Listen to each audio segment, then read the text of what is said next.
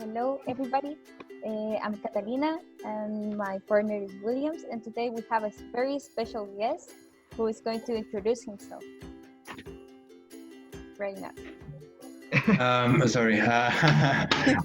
My name is Guido. I'm a student of electrical engineering. I'm in my fifth year. The guys are doing me, I think, an interview for a podcast. I'm not sure what exactly this is. But I'm being interviewed because I went to Denmark for a change. I was in Copenhagen for 6 months. Great experience overall, and I'm about to be asked some questions. So, yeah. Yeah. What is interesting about Denmark and other different countries is that they're very different from Chile. Chile is a very particular country, Latin American country. So one of the questions I'm really curious about is what was the biggest culture shock that you experienced there? I think overall, the biggest cultural shock that I had is that I felt Danish people are very different from Latin American people, for starters. They're like very closed, like almost shy, I would say. And not just people in Denmark, people in Scandinavia generally tend to be that way. Like they won't look at you in the eyes at first. They won't speak to you as much. So yeah, they're kind of shy. It's not because I'm a foreigner or anything like that. It's just the way they are. But once that you get to know them, once that you gain their trust, they become one of the kindest people I've ever met. That's also another cultural shock. They're really kind. I remember, for instance, when we had to take a picture. Me and my group, we had an exchange group of like 12 or 13 guys, and we needed someone to take a picture of us. And at one point, there was a lady that was leaving the parking lot. I'm sorry, and she offered to take the picture. And she even like left her car. She opened the door and she asked if we wanted her to take the picture, and we said no, so don't worry. But she was like, she opened the door and she left the car by itself. I mean, that's not something you would see in South America. Because, like, if I saw that in Santiago, then the car would instantly be robbed. I mean, the kind of stuff that you see there. Yeah, it sounds very different, to be honest, because normally here we expect people to be very open when we have somebody who's foreigner. Because, for example, if we have somebody from Germany to come here, everybody's all around them asking them like, oh, how is it? Do you like Chile? What do you want to do? We will take you to this party. So it's interesting to see that they're more like shy when they first meet you. So it was kind of difficult to make friends, or if they after all. It was difficult, I would say. Yeah. I didn't actually make many friends from Denmark. I will mostly hang around other exchange students. I did make a Danish friend, and he was super nice to me. I remember we even got to. He was bisexual, so by the end of the exchange, me, his boyfriend, and him went to get a beer. One of the places they paid up all because they knew I was from Latin America. I didn't have much money, and the money I had, I wanted to use for getting drink, for like traveling. You know, I was going to go to Italy after the exchange was over. So they offered to pay up everything, and it was pretty cool. I mean, and also I made all other like 4 friends from Denmark. They were also pretty cool. I met them because we had a group assignment together. One of them invited all of us to his place, and he gave us food, some spaghetti, some really well-cooked spaghetti, should I say. And it was pretty, they were pretty nice. I mean, they were pretty cool people. Nice. I did manage to make some friends, but I would say mostly I made exchange students as friends. Yeah, but I think that is true, like in every country. I think that it repeats a lot. You see many people that go abroad like in like exchange students, and they think that they're gonna make a lot of friends, and it's super weird because I think that I have heard that like you make friends with everyone except the people of that country. You know, like we with No, me yeah, with yeah. me with Catalina, we went to the States and we make like Chinese friends and and Spaniards, In but German, not many Americans. Like not many Americans. Yeah. Yeah, it's kind of difficult. I mean, I guess you would have to be living there and see them more oftenly so that you would make them as friends, I believe. yeah, and also but because of the things that Also, you you like, guys still. huh? Like you want Sorry, to I was travel, just so gonna mention no, go on. just a small note. You guys had like the American accent stuck on you guys, especially Catalina. It's kind of Yeah? funny because Yes. when It's noticeable. It's noticeable.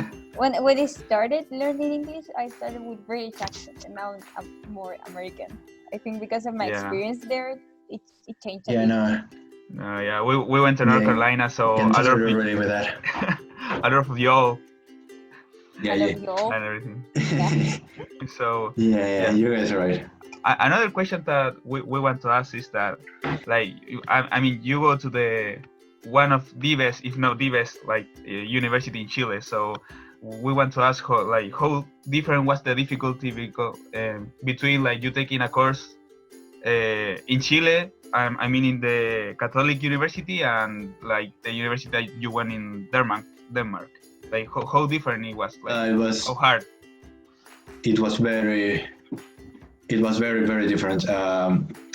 I took several courses. I actually took like 5 courses in Denmark, and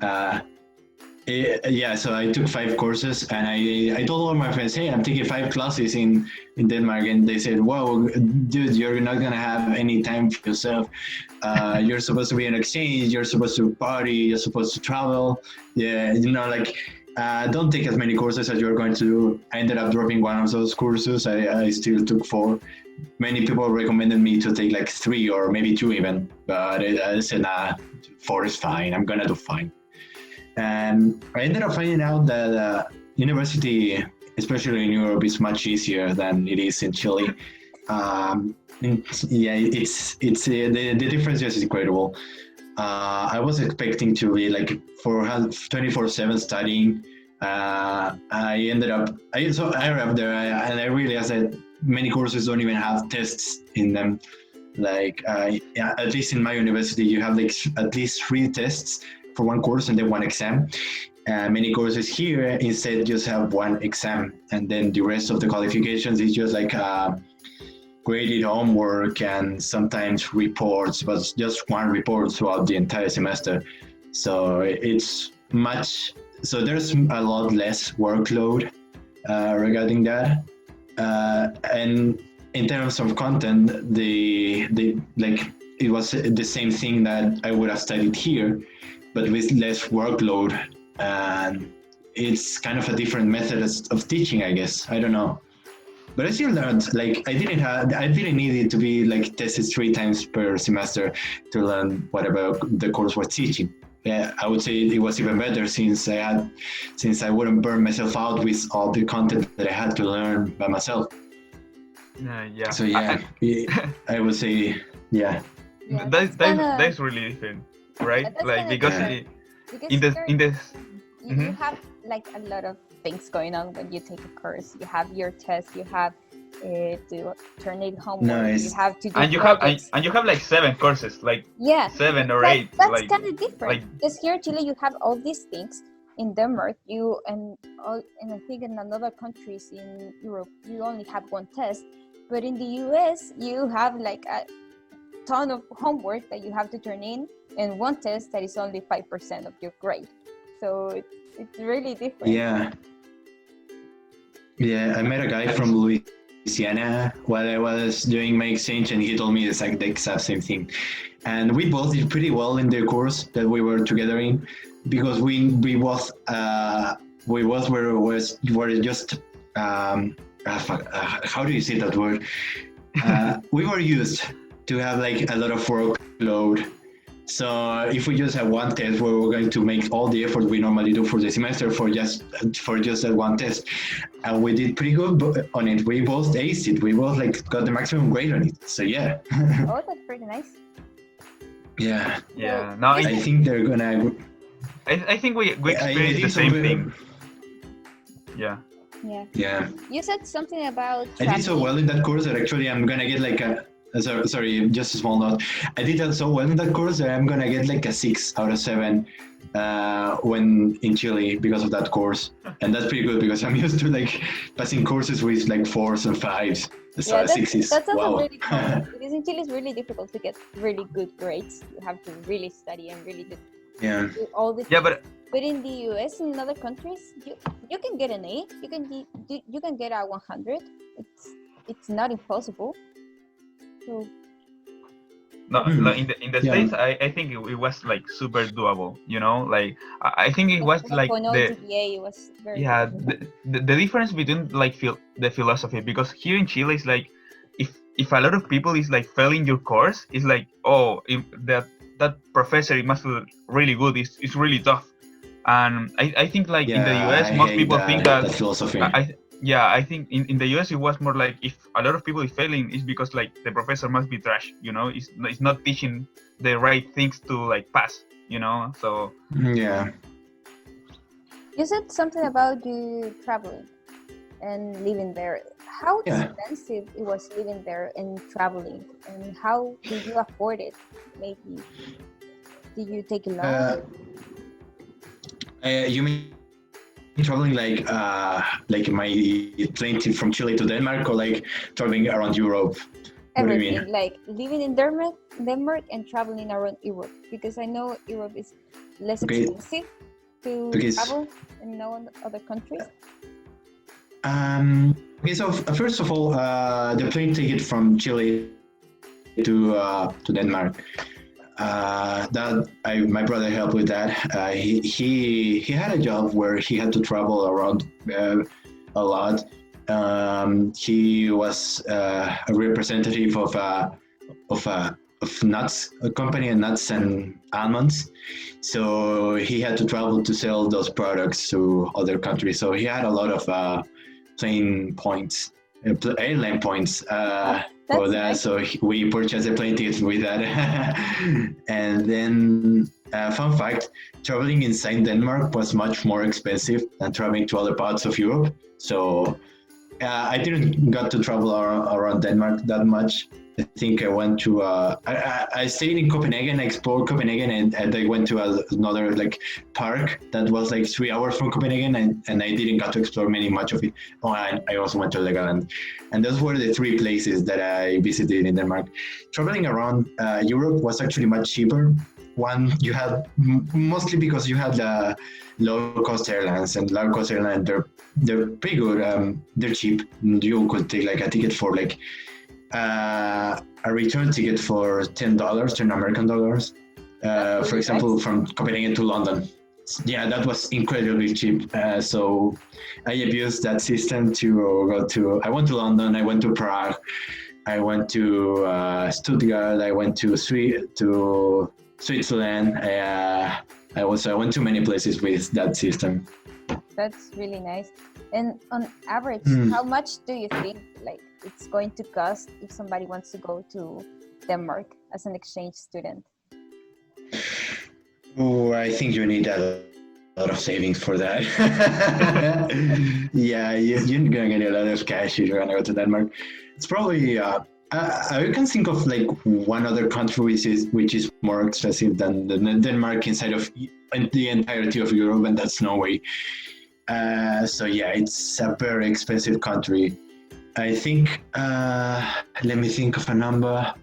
I would say 3 million pesos for the entirety of the 6 months, and that includes, of course, rent and everything: rent, food, occasional traveling. You're gonna need at least 3 million pesos. That's actually cheaper than traveling to the the US. Okay, maybe I'm calculating wrong then. Let me think. Because to the US cost like 7,000.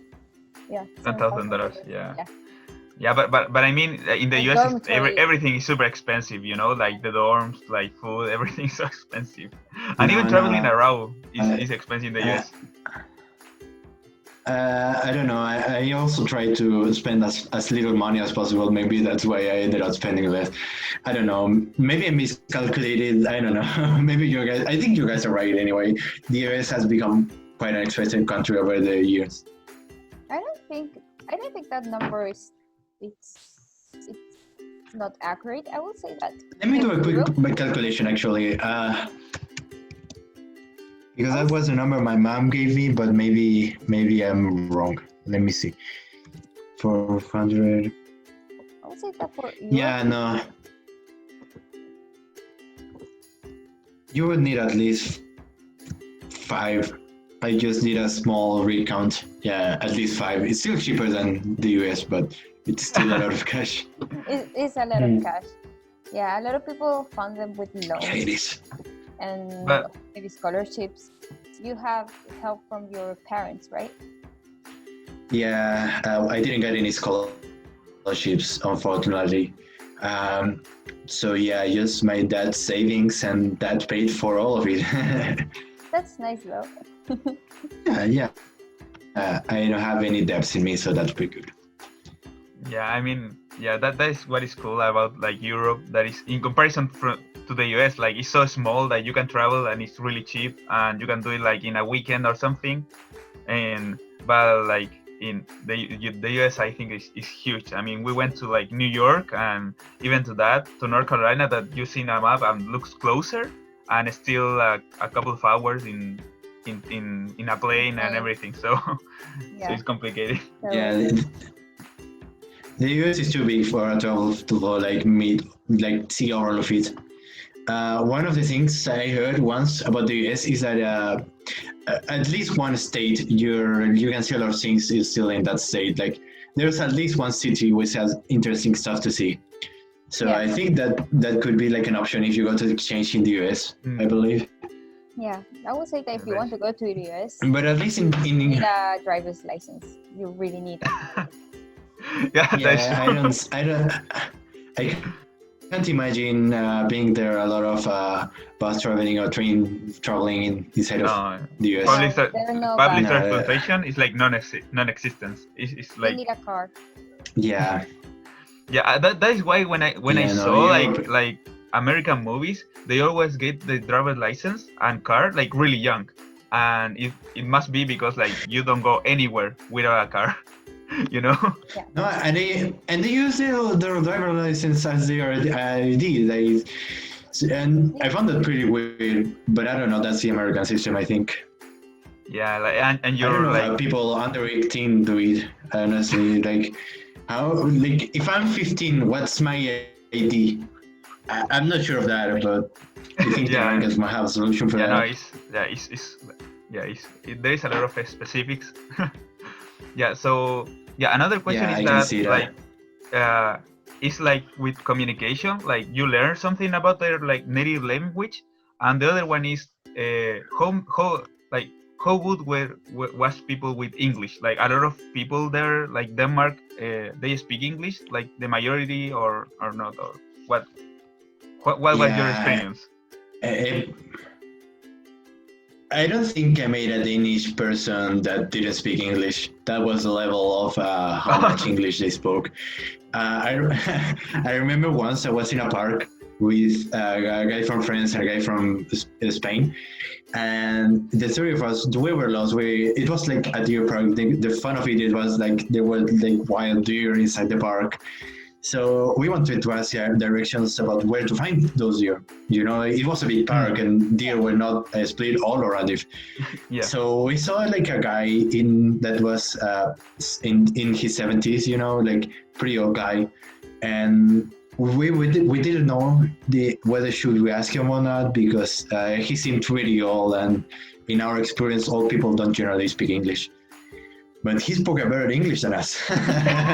He was, it was unbelievable, honestly. Like he told us where the deer were in perfect English, and we were like, wow. I mean, pretty much everyone spoke English at that country, and so I didn't have to learn any Danish. I did learn like basic words like "here's your receipt," I learned at the moment. I forgot how it is said now. I think I learned how to say hi, but I also forgot about that. So you yeah, can go So with all it's of your very only classes English. were in English. So, Yeah, just English. Danish was completely unnecessary to learn. Even more, English was like actually kind of difficult to learn. I mean, sorry, Danish is kind of difficult to learn in Denmark because I had a friend, this same friend from Louisiana that I talked to you about recently. He tried to learn Danish, and he had a hard time about it because everyone wanted to speak Danish, speak English with him. Danish people realized that Danish wasn't his native language, and they would instantly switch to English. And that was not what he wanted because he wanted to practice his Danish. So yeah. yeah, that's really common that in other countries they assume that you speak English. But it doesn't happen in the US though. In the US, they only speak to you in English. But for example, in Japan, if you go to Japan, even though if you speak a little bit, they won't to speak in Japanese at all. They will just try to switch to English or say no English. Yeah, but Yeah, Japanese people are special in that way. yeah, but that is really good. Yeah, you can go to Denmark without like only English, like aware of their native language, and just still be okay. Like that's Yeah, pretty that's weird. really nice. Yeah. And I think I never realized how unnecessary Danish is. Like even themselves, like they're a small country and they're the only ones who speak Danish, so it's not even useful to them, anyways. So yeah. Would you recommend like Chilean people to go study to Denmark, to go do an exchange to Denmark? I would recommend this as long as you have enough money, because it's really an expensive country and like fun activities are expensive. I remember times I went partying, I was charged like 10,000 Chilean pesos for just one entry to a disco, for instance. So, and one drink was like 15,000 pesos. So I was not gonna pay that. Yeah. So It's as long very as you have enough money, it's pretty cool country. But I don't know, man. I mean, like, I still think there are better countries to go to. There'll be one. It's a really cold country, and it's really up north, like in the latitudes. So, for instance, in winter you have like just 6 hours of daylight, and it becomes 4 p.m. and it's cold, it's dark, and you don't want to leave your apartment. So I think I would say Netherlands or Germany. It's a better choice of a country if you want to go to Europe. I don't regret it. But I can think of a few reasons that made Denmark an average country to go to exchange to, not the best countries that you can go. So, another question that we have is like, what recommendation will you give for someone from Denmark to come to Chile? Like, what would you think is the most important to know to live in Chile? Like, you know. I would say be careful about your classes. Like you're gonna have a lot more workload than you are used to in Denmark. So watch out for that. Ask students from the university, what courses should I take? Are these courses too difficult? Are these courses going to give me any free time? Because exchange student, you want to have free time, right? You want to travel to the south, to the north, you want to party, you want to do whatever is fun, and you're not going to have time if you have like 5 courses about, I don't know, 5 versions of calculus. I don't know, I'm just making that up. So yeah, that would be my most important recommendation. Second recommendation, Chile is much more dangerous than Denmark, so you should always watch out for your stuff. Never lose sight of your wallet, your phone. If you're gonna ride the train, to take a picture. Don't leave your car open to take a picture. If you're gonna ride the train, try to avoid be careful with your pockets, because pickpocketing is a really common thing in Chile. And also, my main recommendation for exchange students is to travel around Chile. There's a lot of stuff that you can do in Chile. There's not a lot of stuff to do in Santiago, but there's also a lot of beautiful places that you can go to. The north of Chile. In the north of Chile, you have San Pedro. You have I don't know, the Salares, and then you have the Torres del Paine, you have Chiloé, you have the Carretera Austral, which are really beautiful sites to see. And if you're just gonna stay in Santiago, then you're gonna miss the entirety of those sites.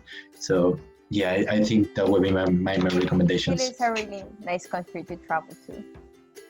Yeah, it's a really, I would say it's an excellent country to travel to, but a pretty bad country to live in. So yeah. It's like Yeah. Japan. It's like Yeah. Japan. What was it to say Yeah. about Japan? Like, you know. But Yeah, you can say that a lot about a lot of countries. Actually, I would say that about the entirety of Latin America, for instance. I think the opposite is true for Canada. Like, you know, Canada, when you go to as a tourist, it's like really boring. But to live Yeah. there is really cool. You know, Yeah, it's really nice. It's really the nice cities country. are really safe. Yeah, no, I can see clean and that. everything. I think it's the most. Yeah, Canada sounds like sad country. Europe sounds like a country that's cool for visiting and cool for living in. So yeah, Yeah.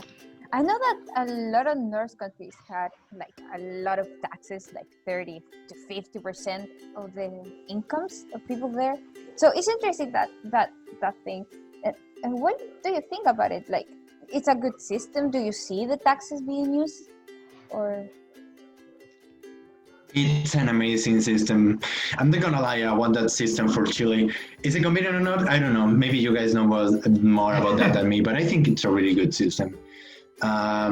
So Danish people, yeah, they pay a lot of taxes. They pay around half their wage in taxes.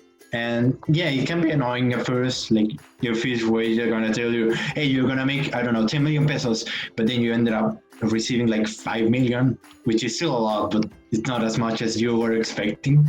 Yeah. But it's cool because and they understand that they know that they're gonna have like the wage cut by a lot of margin, but they're not gonna pay for hospitals. They're not gonna pay for education.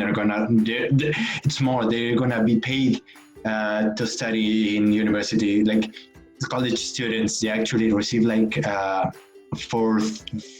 400,000 Chilean pesos just because they're studying.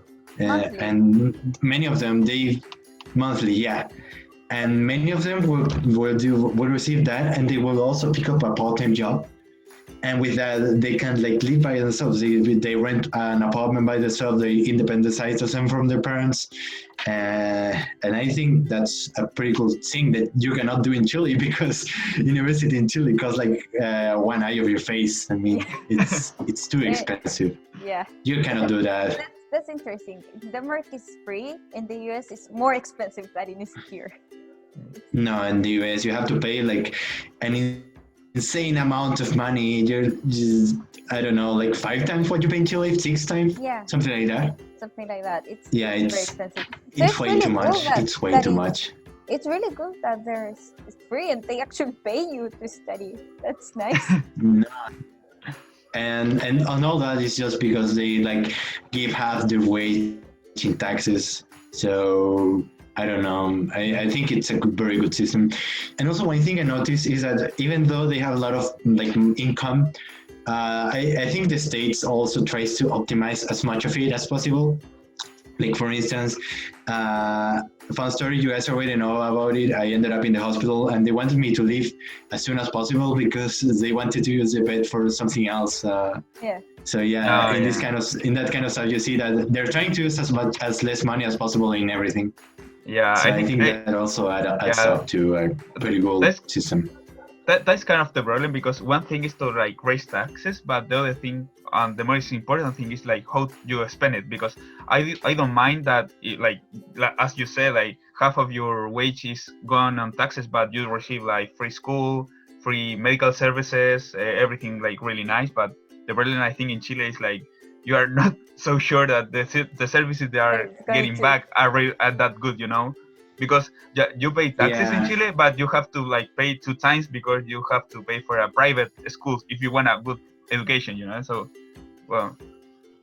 Yeah, that's true. I don't know how would that work in Chile because people receive many different wages. Like you have people receiving like 300,000 Chilean pesos, and you have like people receiving like 12 million pesos. So I'm not sure whether it would work or not in Chile. I wouldn't mind. I wouldn't mind a 600 million implemented, honestly. Well, But I think that's it because the time runs out. Yeah, I think we can make a few questions. Yeah. I can create another reunion and finish it up because we have Yeah, more go for it. interesting. Okay. So now finishing this podcast, we have one last question. Like Denmark and Scandinavian countries are like known for being like very eco-friendly. So do you experience something like that? Like see a lot of recycling or like this kind of culture? I think what I mostly saw, I would agree that for starters, I would say Denmark is a pretty ecological country. Like they care a lot of about how much waste do they produce. But I think where I mostly saw that was that in the fact that everyone rode a bike, and there were like bikeways everywhere in Copenhagen. Oh.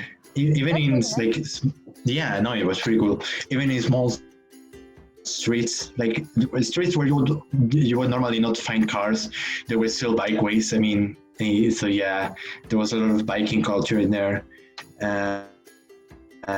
So I think that was the biggest side I saw about ecological culture, and also waste. There's a lot of recycling there as well. Like you would see like a recycling being like where like once every like 3 or 4 blocks. There was a complex system about regarding that. And I wouldn't say Danish people were like super fans of recycling. They were like people the same as people in here. I would say, sure, they do it, but they don't really like go hardcore fans on recycling. I think that's all. Like we run out of time. Yeah. Yeah. So thank you very Thank much you. for Thank you for your experience. No, Really it's my fun. pleasure. It was really interesting. So Had a fun thank you. time. Yeah.